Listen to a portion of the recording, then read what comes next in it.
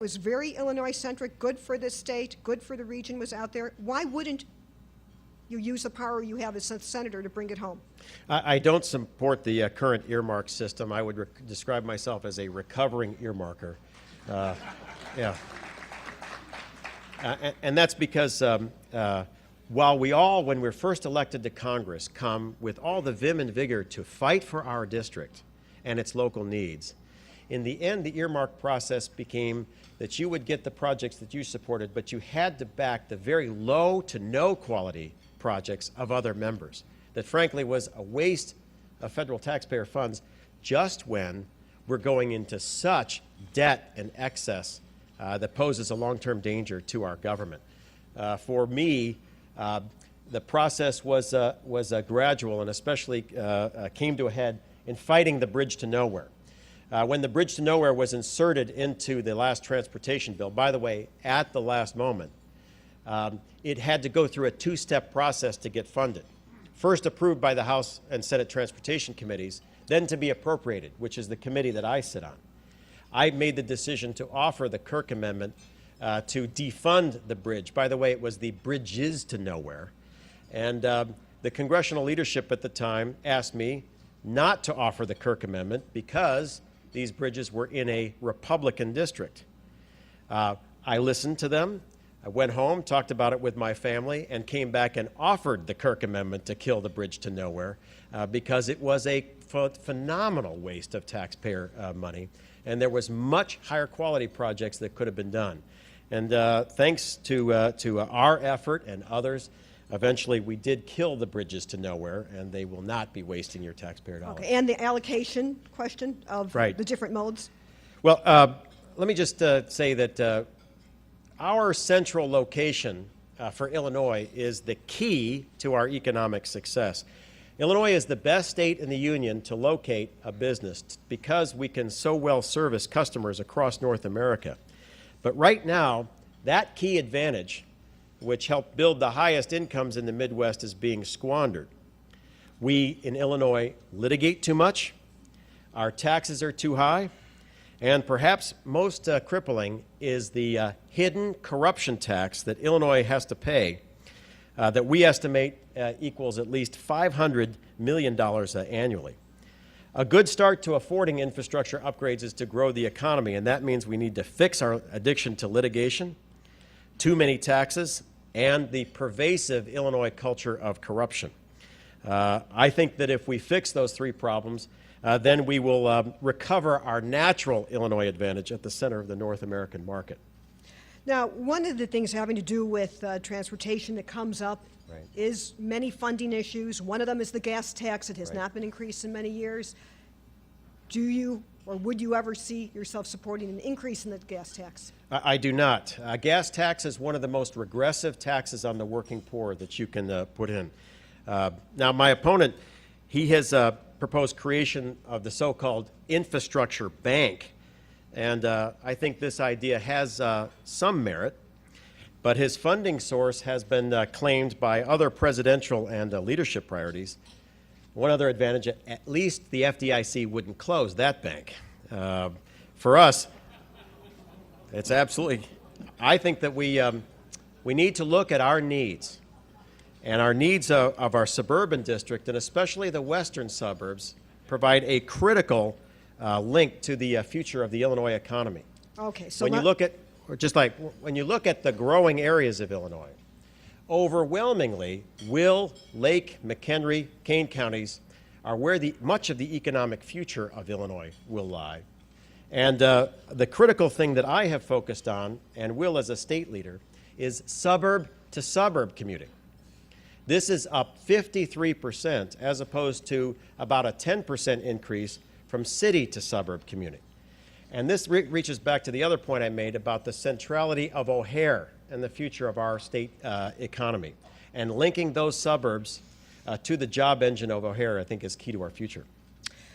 On energy and big picture of how it relates, one of the issues is cap and trade. You voted for it as a House member. You said as a senator you would not. Right now, the Kerry Lieberman bill is coming up. The White House is going to have a discussion on this tomorrow. Even some Democrats now are thinking that we maybe should go beyond cap and trade. What is your alternative if you don't want to go that way now? Right. I think for the long-term future policy of Illinois, we have to set job growth and incomes as number one. And so a tremendous set of new regulation and carbon taxes would be the wrong way to go. You bet. I think right now consensus behind a cap and trade bill has collapsed in the Congress. I do not think there's much future for the Senate legislation. What would build bipartisan support is not a cap and trade bill, but would be an American energy independence bill. An American energy independence bill, for example, would focus on building 50 new nuclear power plants in the United States, including, we would hope, a new unit in Clinton, Illinois, that would help reduce our dependence on foreign energy and would be a tremendous boost for the economy of this area. So. We're now going to move on to water in our wonderful lake, just very close here. It was stunning yesterday when I came in the city. It's just stunning. But we know we have the deep water well spill in the Gulf. And I just quickly, if you could, President Obama has a 6-month moratorium on deep water drilling. Should we have it? Should it be longer? And what about a moratorium on shallow water drilling? I think the President's decision on a 6-month moratorium is prudent. It gives us time to develop safety equipment and teams to deploy that so that if ever such a problem arises again, you can quickly cap the problem with tested equipment. Now, our lake question has a lot going for it, dealing with making sure that we have a fresh water supply and that there's enough water for everybody in the future. What are your thoughts on one of the proposals out there that will have an impact on lake levels and on Asian carp to reverse the flow of the Chicago River, which is a very big long-term project, right. But it's on the list of things federal planners are looking at. Right. I think city mothers and fathers of Chicagoland made the right decision when they reversed the flow of the Chicago River. We recall the stories of pollution in the lake right next to our water intakes, which prompted that decision. That was a wise decision, and we should not reverse the flow of the Chicago River so that it dumps into the source of our freshwater drinking supply. In my view, with regard to Asian carp, this is an issue that has occupied a great deal of attention in the House of Representatives. One of the problems that I've seen is with the federal government's policy regarding the electric barrier. The electric barrier that zaps Asian carp and eggs has been kept at a voltage that is too low. And I understand some of the concerns with the boating and shipping communities on the Chicago Ship and Sanitary Canal. But a number of people in Washington make the decision that we should keep the voltage low because they are worried that a boater might, as they transited the electric barrier, might reach over and touch the wall.